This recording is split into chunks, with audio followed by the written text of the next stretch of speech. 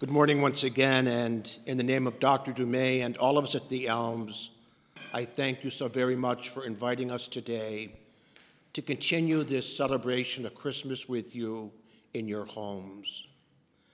The great poet and priest Robert Browning wrote long ago, "Grow old along with me, for the best is yet to be, the last of life for which the first is made." This last Sunday of 2023 reminds us that another year has passed. We may not be old or look old or even feel old, but each of us is, in fact, a year older and hopefully a year wiser. With another year of wisdom and experience gained, we are all in a better position to appreciate the subtle beauty and the rich meaning of the Feast of the Holy Family, which the Church invites us to celebrate this day.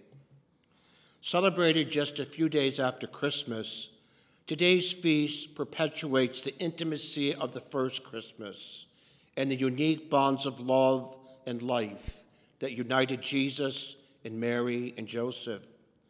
Today's feast keeps the Christmas spirit alive, and that certainly is a good thing. But today's feast does so much more.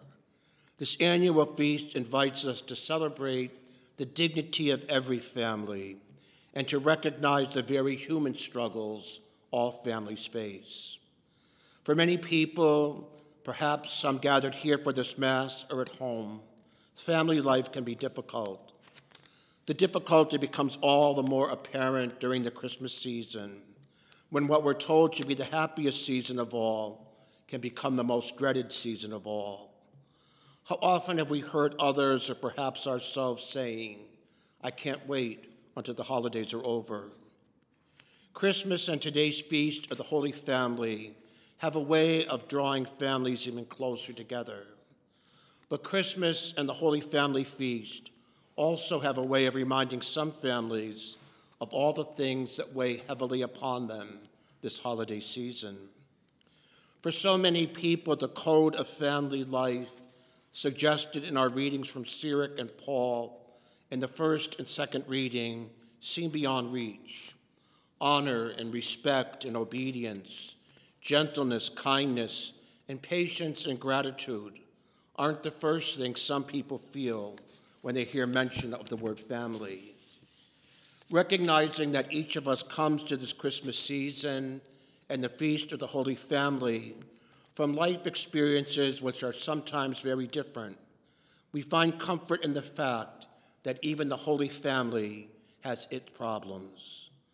A 12-year-old boy lost in Jerusalem for 2 or 3 days, all because of a miscommunication between the parents and the child, was a family problem for Jesus and Mary and Joseph. A 12-year-old pre-adolescent challenging his parents with a somewhat flip question once he was found, as he says, "Don't you know I had to be about my Father's business?" was certainly a family problem for Joseph and Mary.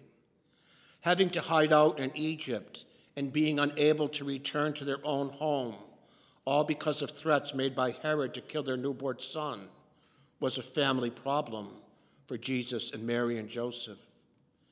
In holding up the Holy Family and its example today, the Church reminds us that the journey of family life, like the journey of Jesus and Mary Joseph into uncharted territory in Egypt, is in many ways a journey into the unknown, a journey often filled with uncertainties and certainly misunderstandings. It is precisely because of their struggles that we call the Holy Family holy. And in a similar way, it is the struggles we experience with families that make our families holy too. Today's Feast of the Holy Family reminds us all that being holy does not necessarily mean being perfect. To be holy means to be human.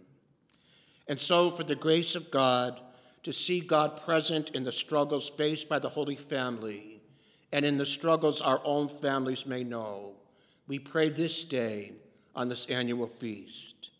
And as we do pray with you and for you, all of us at the College of Our Lady of the Elms, thank you for your generous support through the years, the support of your prayers, and so much more.